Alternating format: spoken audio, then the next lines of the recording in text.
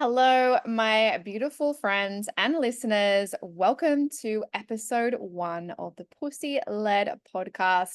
I am Sindra, your host. I am an intuitive mindset and business mentor who shows you how to generate higher cash months by turning overwhelm into a strategy for world domination. And let me tell you, we are going to dominate the airwaves with this podcast and with your help.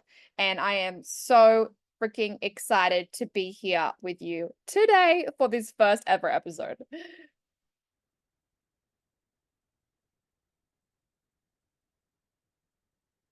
I don't know what happened there. Little bit of issues. Let's delete that. And this is not my first foray into the podcast world. If you know me, you would know that I have had two other podcasts. One of them is still available on Spotify. It's called Let's Get It On. And it was a podcast when I was an intimacy coach. Super juicy, super yummy, lots of informative podcasts and amazing guests over there. And I know from experience that the first episode is always like the most listened to, which is weird because when I personally find a podcast and listen to it, I definitely don't go back into the first episodes.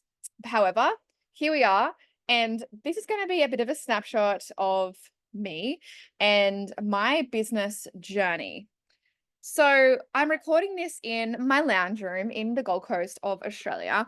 And why I'm recording it in my lounge room when I have a perfectly good office steps away is because my puppy was sleeping on my lap. And I was like, you know what? My podcast, my business, I get to record this when and where I want. So if you are watching on YouTube, welcome to my lounge room. Here we are. I started my entrepreneur journey when I was actually 5 years old. So, fun fact, my family is not a generation of entrepreneurs. My parents definitely started a few entrepreneurial efforts over the years in kind of different little businesses here and there. However, nothing really stuck. However, in saying that, my dad does have a little marketplace business selling surfboards. So go dad. However, it definitely wasn't something I was brought up with. My mum was like my parents both had government jobs. So it was a very normal household. Like my grandparents kind of had normal jobs, like everyone, no one was like out there doing their own business or like creating things or whatever. And really, like I'm 40 right now, so it wasn't really the generation where that was even an option really back in those days. And I even saw a post today of like how lucky, like how many opportunities we actually do have today compared to our parents, and especially like my grandparents who aren't with us any longer. Um, like it's such a different world now. So going back to when I was 5, I started my first business, which was we had got a new washing machine. So there was an awesome big box to play with. And, being like little Syndra, I decided that it would be awesome to have that box and to use it to do custom drawings for 5 cents a piece. Um, and that was my first foray into the world. And honestly, like once little 5-year-old Cinder got a taste, I would do anything for money. I would wash my parents' cars and the neighbors' cars and my grandma's cars for money. I would put on concerts and charge people a fee to come and watch my little backyard concert. I would My friend and I started a couple of businesses. This is probably like around the age of 10, 11.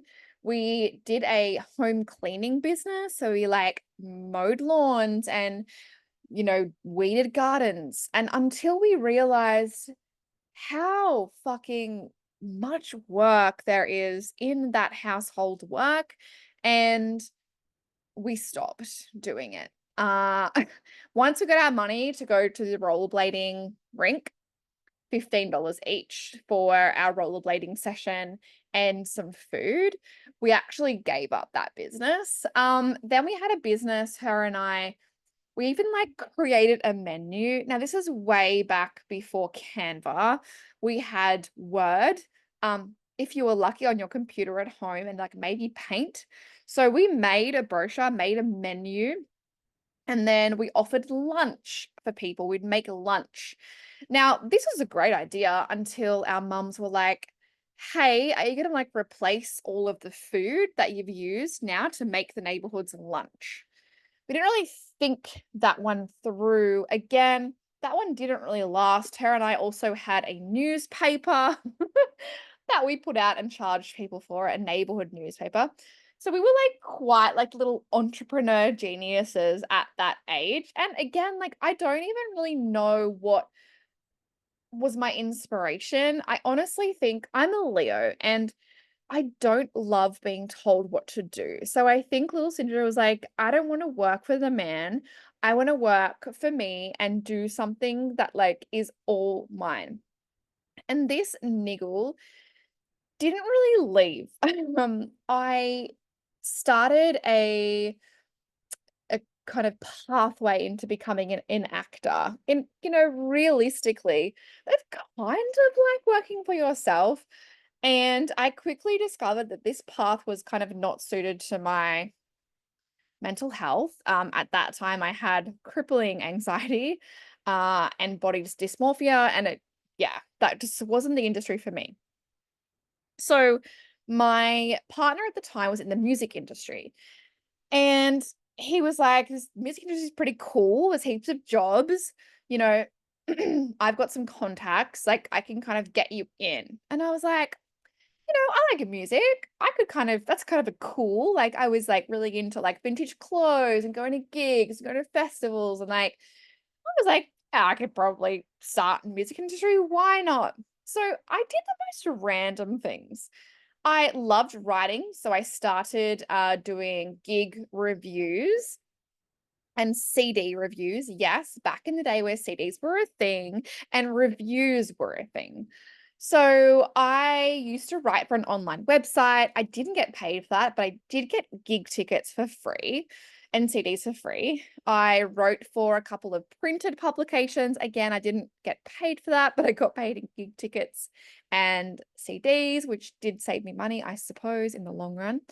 And then I started doing some work for my partner at the time. I helped out with a film clip that we created.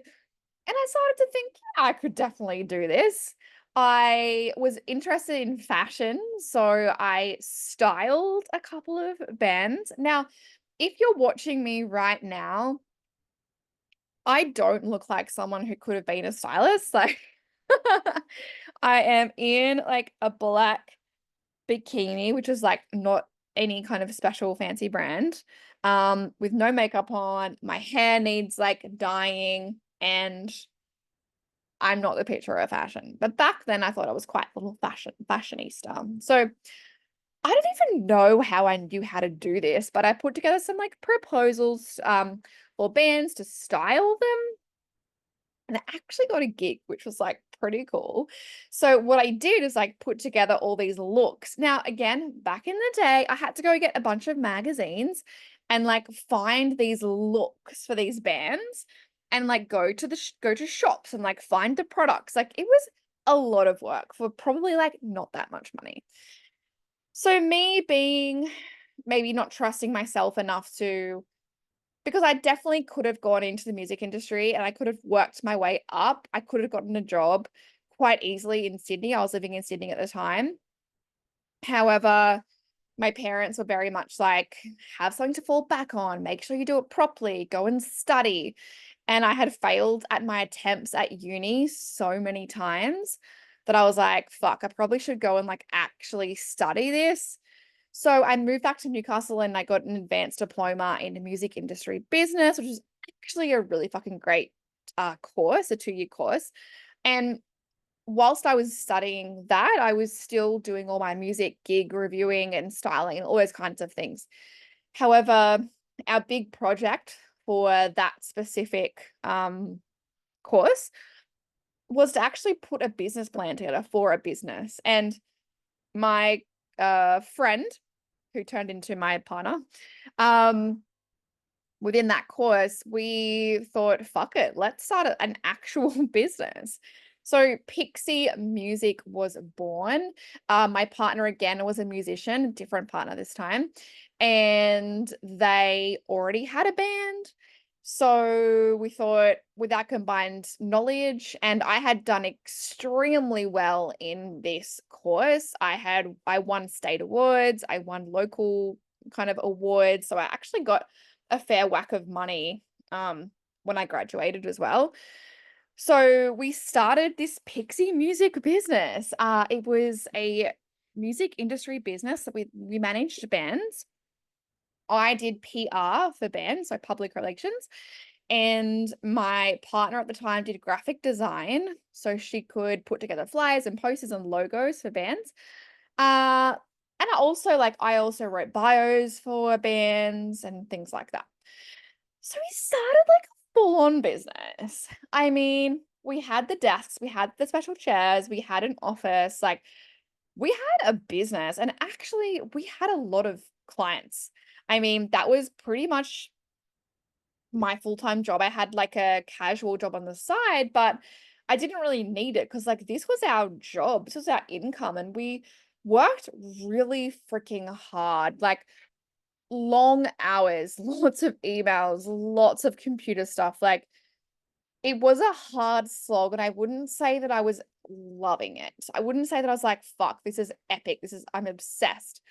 But I also know that at that time, I still hadn't worked on my mental health. So I probably was like doubting a lot and, not thinking that I was that great anyway because of that. And we had that business for maybe a year or maybe like a little bit over, maybe 18 months. We toured Australia with one of our bands. Like, I mean, we did pretty freaking well for two girls from Newcastle. However, inevitably that came to a close when we broke up and we shut down that business. I wasn't feeling called to continue. She didn't really want any part of it. So we're like, fine, shut it down. All good. No hard feelings. I was really lost then because I had been on this journey in the music industry. And like I said, I could have taken a full-time job in PR. Like I got offered one. I could have taken a full-time job in like a record label. My friend worked in one. Like I could have found my way into that industry with a full-time job, but I chose to go down this path of my own business. And by the time that business kind of wrapped up, I didn't have a desire to be in the music industry, and B, those contacts that I had were long gone. Like lots of friends kind of had moved on from the industry.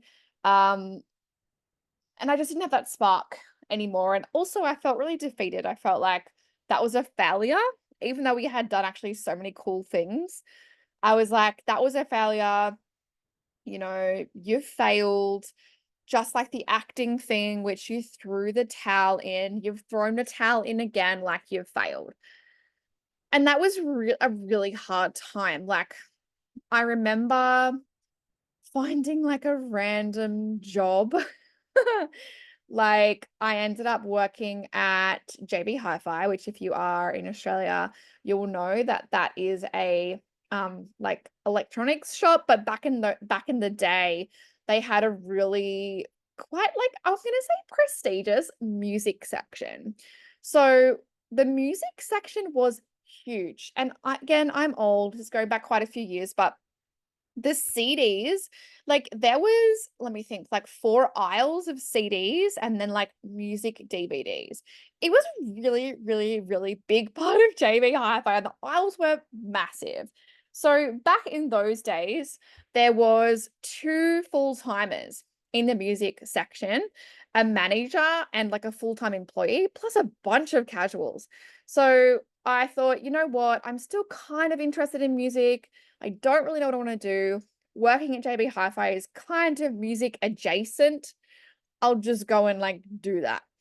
So I got this job in JB Hi-Fi, and I was doing just working. I was like, for the first time in a long time, I just had a full-time job for someone else. And it was boring, like I'm not gonna lie, it was super boring. The most interesting part was like writing our like little staff reviews for CDs. And aside from that, like it was really boring. But you do what you have to do at the time. So I'm gonna fast forward a whole bunch of stuff where I moved to Canada, blah, blah, blah, don't do anything like really interesting. And then I live in Canada for about a year. By the way, I hope my story is like kind of interesting, but I know a lot of people don't know this about me except for like my close friends. And I think sometimes it's like really interesting to know someone's background of where they've come up from. And especially me being in business now, it makes sense to kind of like share this story with you. So we're going back in the Cinder archives. If you're on the video, I've got my little puppy and she's like just jumped into my lap. You can't see her. There she is. So when I was coming back from Canada, I started listening getting into health podcasts. Now, I've always kind of been healthy, but in Canada, we were drinking a lot, partying a lot, eating a lot. I definitely put on weight. I was still exercising, but I did get like like weirdly interested in this Australian podcast called The Wellness Guys. And I was like, this is cool. Like, this is interesting.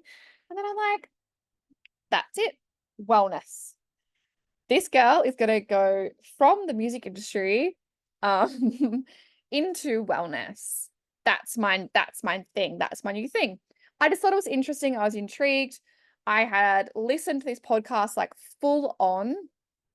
I was like, that's it. So I started researching down this wellness path. I was looking at naturopathy and nutrition and yoga and PT and just thinking, okay, this is it. There's a really big career. And back then, this is kind of mid 2000s. Sorry, not mid 2000s, mid 2010s. So wellness was like on the up and up. It was trendy, green juices, like Instagram was just starting, all of that kind of stuff. So I was like, yeah, viable option. It gives me a broad scope. I'm not going to get bored. That's always been like my one thing is like, what if I get bored? It's like, well, your business is sometimes going to be boring. So probably just accept that right now. This is a hot tip from me. Your business is always going to be somewhat boring. So probably just accept that right now. Doesn't mean that it's bad if it's boring, but it's going to get boring at some point in time. Okay, so I'm like, right, I'm going to start researching wellness as we travel around the world. So I decided on a nutritional medicine degree. Now, your girl had gone to uni 3 times already and hated it. So she thinks, you know what? I'm going to try again. I'm going to try again with a science-based degree. And I did not like science, but anyway, let's just put that aside for a moment. So I decided I was going to do nutritional medicine. I was going to come back to Mexico. That was one of the places that we loved traveling to. I was going to come back to Mexico in 1 year's time and do my yoga teacher training. I fell in love with a studio up there.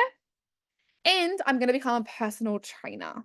And then I'm going to be like this all-rounder who offers holistic nutrition, but then can also support my clients with PT and with yoga. I mean, vibe, right? Got myself covered. Think I can do it all. Studying full time, working back at JB Hi-Fi, also doing heaps of yoga to try and get really good for my training. Also going to TAFE at night, doing my PT, also trying to have a relationship, also trying to drink green juice every day in my Thermomix and go on retreats and be this clean, healthy girl. And like I said, have a partner. I mean, it was a lot. I remember one specific time of like throwing my nutritional medicine textbook across the room and just being like, I can't do this. I could not wrap my head around a lot of the science-based subjects. I really struggled. As the nutritional medicine degree kind of flopped on, I'm going to say, because I was barely passing.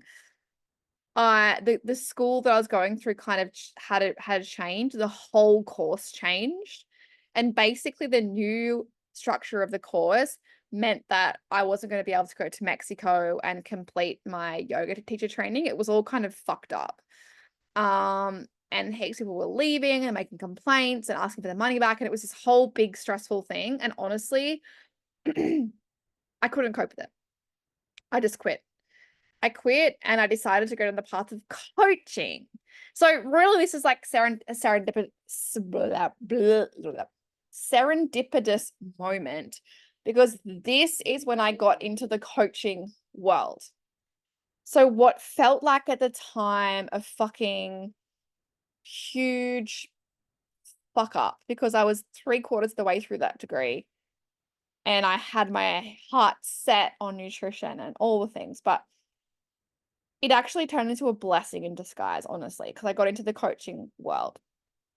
So I studied at the Institute of Integrative Nutrition as a health coach. I think I called something else, health coach, integrative health coach. I don't know, something like that. Can't even remember now. But that was my first foray into coaching. And I was like, this is fucking cool. I don't need a degree. I have my studies behind me. I have all my experience. I was nerding out on podcasts. I was absorbing all this information. And I came back from my yoga teacher training. And because I had been such a good little yogi and I was getting around to all these studios, as soon as I got back to Australia, this is around 2014, I think. As soon as I got back to Australia after the teacher training, I started teaching. So I'm back on, kind of with my own business, kind of not, because I'm a sole trader, so I'm still working for other people, but I'm like on the mission, right? I've got my health coaching. I was doing PT, so I had a couple of personal training clients. I didn't do personal training at a gym because I just didn't really want to. You have to give the gym so much money, and I was like, nah. So I had a couple of private clients, again, little entrepreneur. I also started my own yoga classes. Again, entrepreneur. I made flyers. Um, so I'm already kind of thinking, okay, how can I make this my own?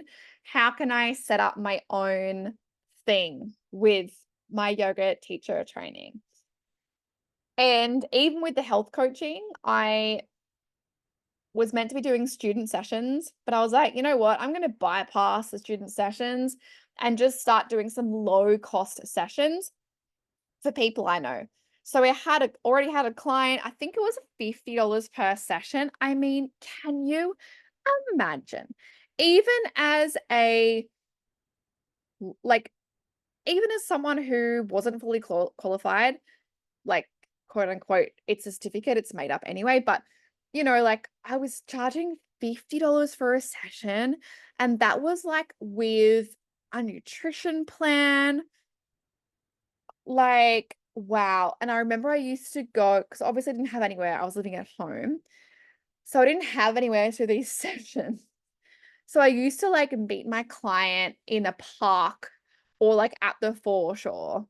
And we'd be having these like tough conversations about drinking more water or walking on the treadmill, this and that. We'd had those conversations like at the foreshore, like at the park. It was so funny. But again, like, I'm an entrepreneur. I want to get this shit started. Like, let me at it. Let me start making money. Like, I am so freaking committed to this path. I graduate health coaching. I start my own business. It's called Holistic Health Honey. Yep. I even had a really cool business card. I had an office. Like I really get ahead of myself. And that's a theme that you're going to be saying a lot of over in the next few podcast episodes. I really like to get ahead of myself on things. So my partner at the time, okay, so this is a different partner. This is my first wife. So she was starting up her own business as well. So we found this like random office that we could like both go and work at a couple of days a week. So I'm already like paying for an office. I invested in my first ever business course called B School with Marie Folio. If you haven't heard of her, check her out. She's amazing. So I've got an office. I'm doing a business course. I have no freaking idea what I'm doing. I like made a website. I don't even know how. I actually, no, that's a lie. My friend kind of made the base of it for me. It's beautiful. I don't know how to fucking maintain it. I've got barely any clients. I mean, I'm charging $50 an hour. I think I was charging maybe 100 an hour at that point, but really like baby. And even though I could have invested in a business coach back then and it would have changed my freaking life. My partner at the time and I spent all of our money on traveling.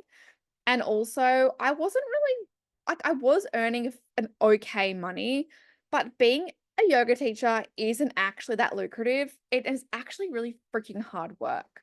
So I was busting my ass teaching heaps of classes and not really making that much money. However, I remember having a call with a business coach,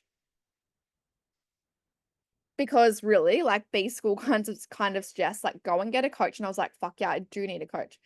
And I remember them telling me how much it was, and it was probably a couple of grand, and we definitely could have made it work with, like, payment plans or whatever. But I remember the coach kind of putting pressure on me and saying, like, "I'll call you back in half an hour, go talk to your partner." Like, it was a really pressurized call. So in hindsight, I'm glad I didn't sign up. However, I really needed a coach. Talk to my partner about it. She's like, "Absolutely fucking not. That's ridiculous." And I'm like, "Okay, cool. Put that back in the box, put that aside. I'm just gonna struggle through." Holistic Health Honey struggled through. She struggled. She was coaching a few people. She did a few workshops for $25. So $25, love yourself well. I had gift bags.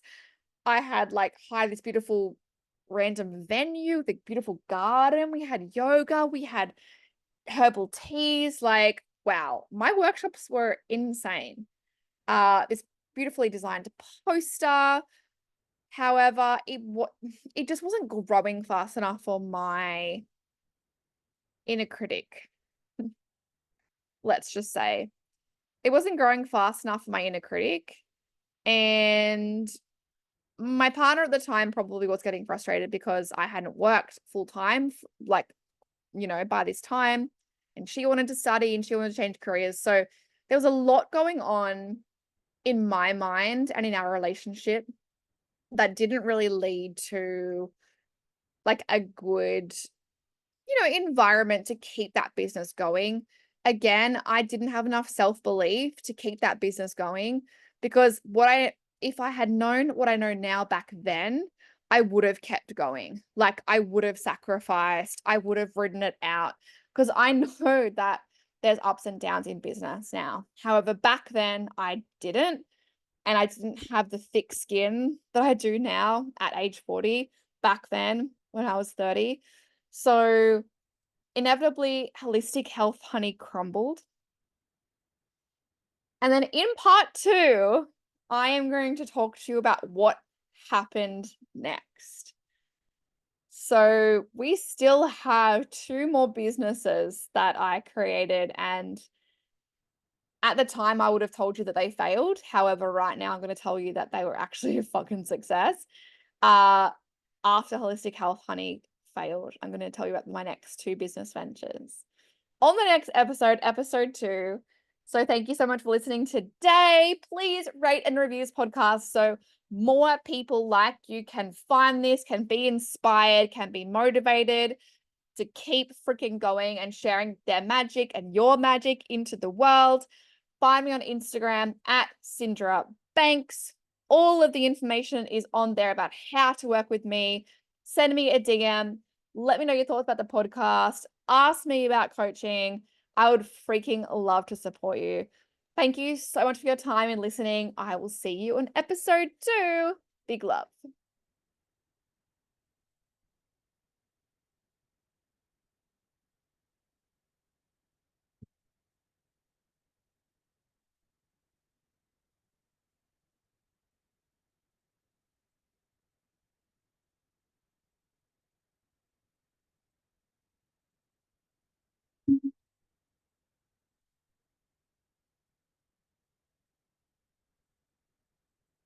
Thanks for watching, everyone.